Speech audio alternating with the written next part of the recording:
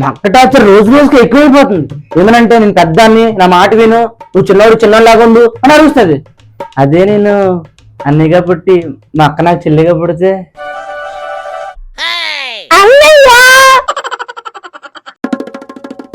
అన్నయ్య నాకు ఇది అందట్లేదు, కొంచెం తిడవా. అమ్మ నాకు పని అప్ చెప్పింది. ఎలా ఇవన్నీ ఎవరు చేస్తాడు? అది కాదన్నయ్య, ఈ పని చెప్పితే అమ్మ నన్ను తిడుతుంది, మళ్ళీ నాకు ఏడుపు వస్తుంది అన్నయ్య. అన్నయ్య అంటే అన్ని బాధ్యతలు నీవే కదా, కొంచెం పని చేసి పెట్టువా.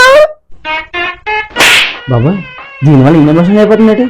ఇంకేడు బాబు చేస్తాను. అన్నయ్య ఆకలి వేస్తుంది, పానీపూరి తీసుకురావా. నా పని నాకు చేసుకోవడం సరకంటే నీకు పానీపూరి కావాలా? ఆకలి వేస్తుందంటే పానీపూరి కూడా కొనట్లేదు ఇప్పుడు. రేపు పొద్దున్న అమ్మ నాన్న లేనప్పుడు నేను తీసుకుంటే అసలు అన్నయ్య అంటే అండగా ఉండాలంటారు. అమ్మలో నాన్నలోనా అన్నయ్య అంటారు. నువ్వు అసలు నన్ను పట్టించుకో. యాదవసంత ఇంకా చిన్న కూసాగున్నాడు, ఎద్దులో ఉన్నావు, ఏడుతుంది మళ్ళీ పక్కనగా.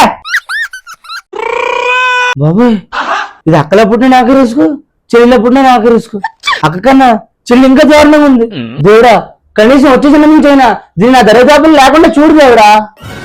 ఎన్ని జన్మలైనా నేను వైఫైలో నీ చుట్టూనే ఉంటాను రా తమ్ముడు.